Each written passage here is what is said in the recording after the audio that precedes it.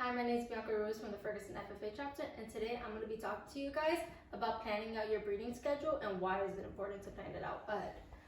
So it's very important to plan out your breeding schedule ahead because it's going to help you to improve the quality of your herd.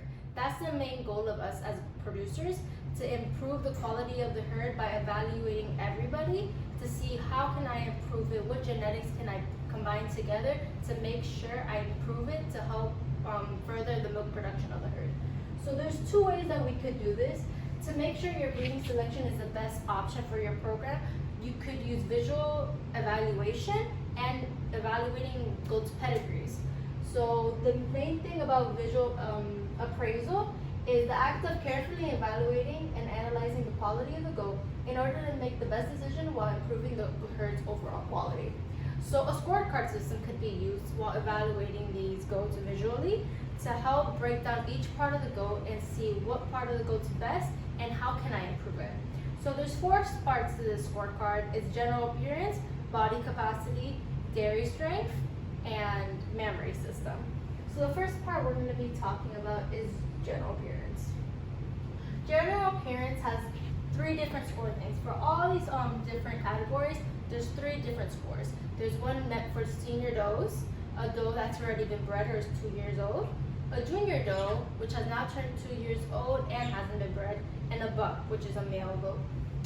So for a senior doe, it's 35 points. For a junior doe, it's 55 points, and for a buck, it's 55 points. The reason for that is later on, as you guys will see, mammary system is just for senior does, so it helps to evaluate it across the board so everyone equals 100% by the end of it.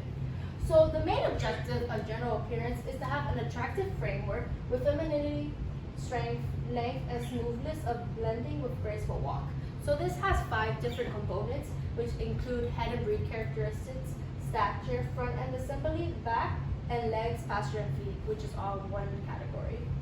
So feet and legs is about 26% while evaluating a goat, and the rump is 10%. The rump is very important because having a balanced rump or about a 20 to 25 degree angle is going to help while giving birth to the does. So it's going to help while continuing to expand your herd because it's going to allow the kids to go easily through the birth canal. And the legs and pasturing and feet of the goat are going to help to support it while it grows.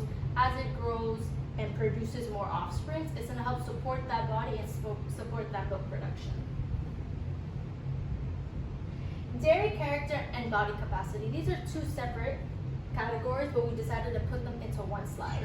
So dairy character points is for a senior doe is 20 points, junior doe is 30, and bucks is 30. Now, what's the main objective of dairy character? The main objective is strong yet refined and clean bone structure with evidence of milking ability. So in the name dairy character, which once was known as dairy strength, it's focusing on the goat's ability to produce and lactate once it's been bred. So I want to see that it has a strong body to help support itself through the gestation and the lactation. So they're going to be looking at their legs, making sure it's long and lean, so it can show that it has very good dairy character and all the nutrients are going to the udder, yet supporting her and the babies. Withers, ribs, flank, thighs, and skin. This is going to show how her body's strong yet refined and smooth all throughout. Now for body capacity, instead of only focusing on the milking ability of the goat, it's going to show the actual strength that it will have while it's carrying its children. So it's going to be showing the barrel and the chest. So the barrel is very good to have a deep and refined barrel because it shows the doe could hold more kids throughout its gestation. And the chest, when it's deep and wide, it's going to help support her breathing patterns and her lungs and her ribs. And it's going to be full in the crops and at the point of the elbow to continue to show that strength in her body care, her body capacity. The mammary system only applies to senior does. You're the only one that has actually bred and is now lactating. This doe right here, this is her first time ever breeding. She's at about her last week in her gestation period. So she's actually starting to grow her udder. So for senior does, it's 35 points, and for the rest, junior does and bucks, they're 0 points. So with the other categories, they give them more points available to them to catch up to equal that 100 points at the end. So there's going to be 5 main components that we're going to be focusing on here for the mammary system. It's going to be udder support, fore udder, rear udder, balance, symmetry, and quality, which is all one category, and their teats. So the reason why we have udder support here, we want the udder to be supported throughout their lactation. With no support, the udder could swing around and could actually injure the animal. Same thing with fore udder. So you want a nice blended fore udder attachment. It's going to help them from having their udder sag down too low. We don't want an udder that sags down too low because it shows that the doe cannot hold that much capacity in the udder without it falling lower. We want it to be balanced and symmetrical, so it helps support the udder. That's why a very important part of the udder, the medial suspensory ligament, helps to support it to improve their lactation period.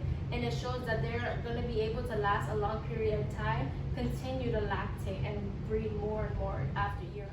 Now that we actually know how to visually evaluate an animal and see the good and bad qualities that they have to actually successfully plan our breeding schedule, we could look at our pedigree to actually ensure more how the outcomes of these offspring are going to come. How? We're going to be looking at their performance and their ancestors' performance. So the pedigree is a document that provides information on an animal and its family genetics. It pinpoints the main performance evaluations of the goat based on their experience in the show ring and their appraisal. So a pedigree consists of several information that can indicate a goat's performance and its family importance. By actually evaluating this, we're going to be able to see how they performed, what appraisals they got, and how they may help our goat improve its quality and its offsprings.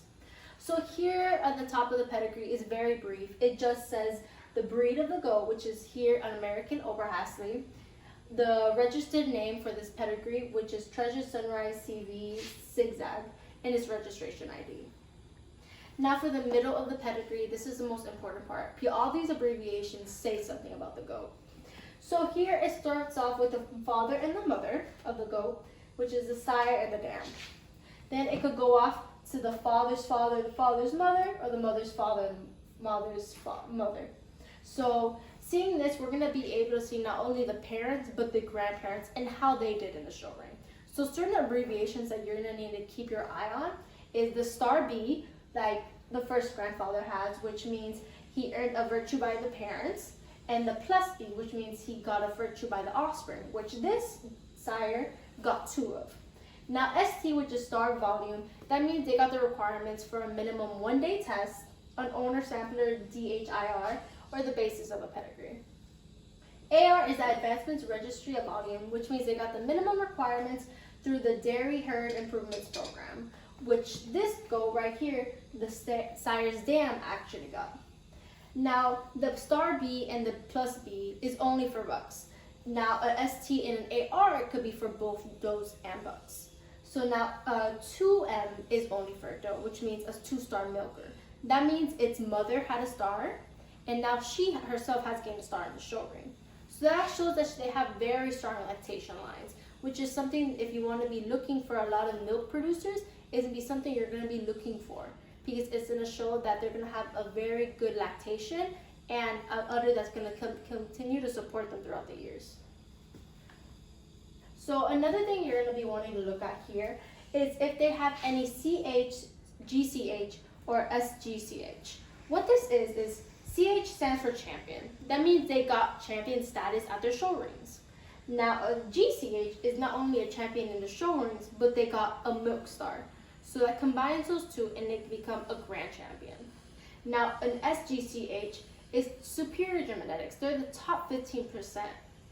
So these are very important things that you're going to be wanting to evaluate, because these are top-notch goats that are going to help improve your own goat's quality and their offsprings, and it's going to reflect.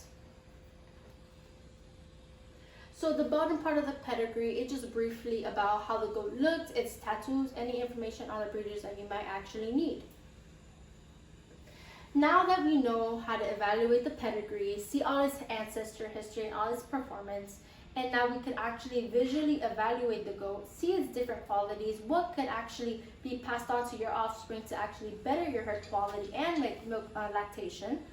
Now we can actually ensure better outcomes. Thank you.